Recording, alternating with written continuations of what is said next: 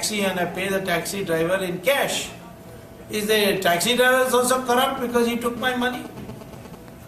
So I think there is some requirement for clarity in our mind as to what is corruption. Corruption is the misuse of public office for private gain. Private gain for yourself, private gain for somebody else, or private gain for your relatives. Somewhere there should be a private gain by misusing your public office. And when you misuse your public office, you are making a decision which is below the merit. Merit is being sacrificed. On merit, you will get it without corruption. It is only because the person who is not meritorious, he wants it.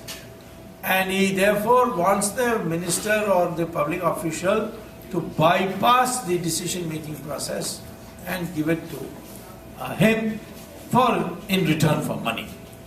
And that money is black. It has to be paid in cash, or it has to be deposited in a bank account abroad, or you pay him in cash and then through the hawala, it is deposited abroad. Today we are supposed to have $500 billion at least. Some people estimate it as $2 trillion. $500 billion at least in foreign banks, and bulk of it in Switzerland.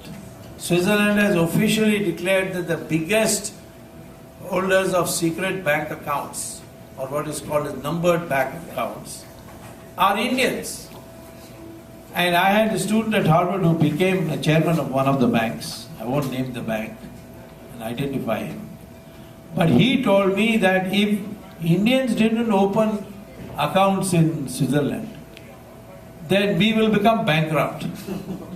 So I said, how? He said, because these Indians are so insecure that they don't even mention the beneficiary very often. And so when they die, that account becomes ours. And we have got billions of dollars of unclaimed accounts. And we have a rule that if for 7 years you don't claim an account, then it becomes ours. So India is supposed to be a poor country.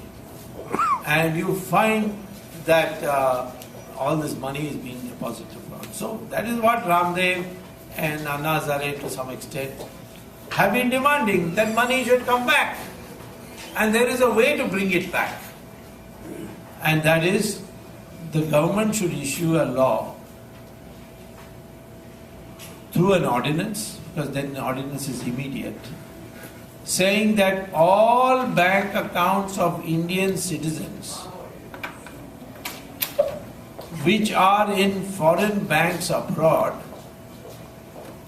in numbered accounts, they are henceforth nationalized.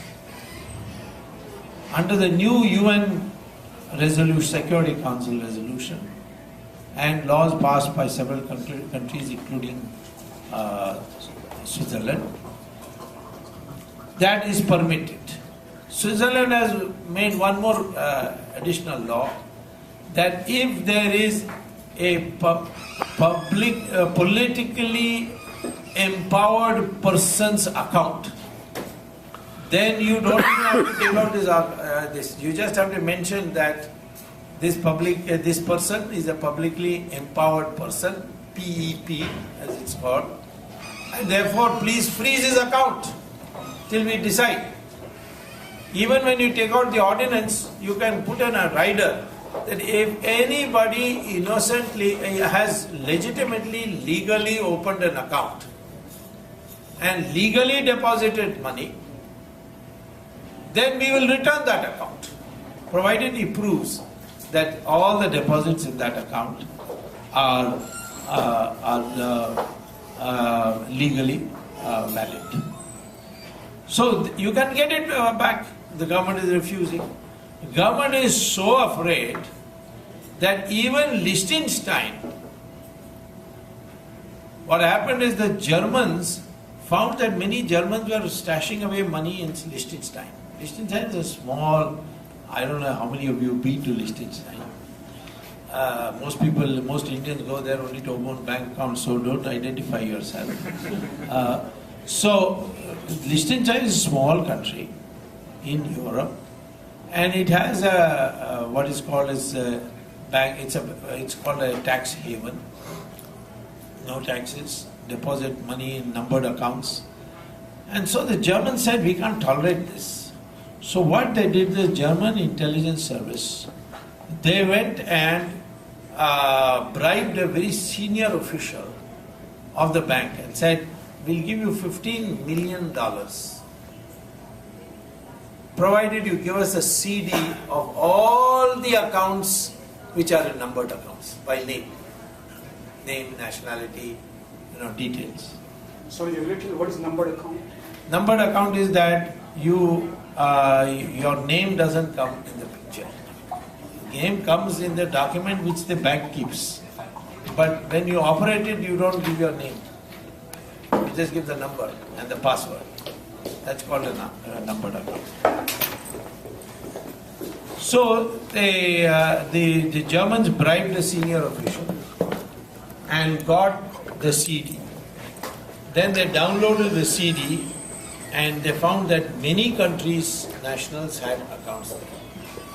So they separated them by country and wrote to all the countries that we have got now the accounts of your nationals.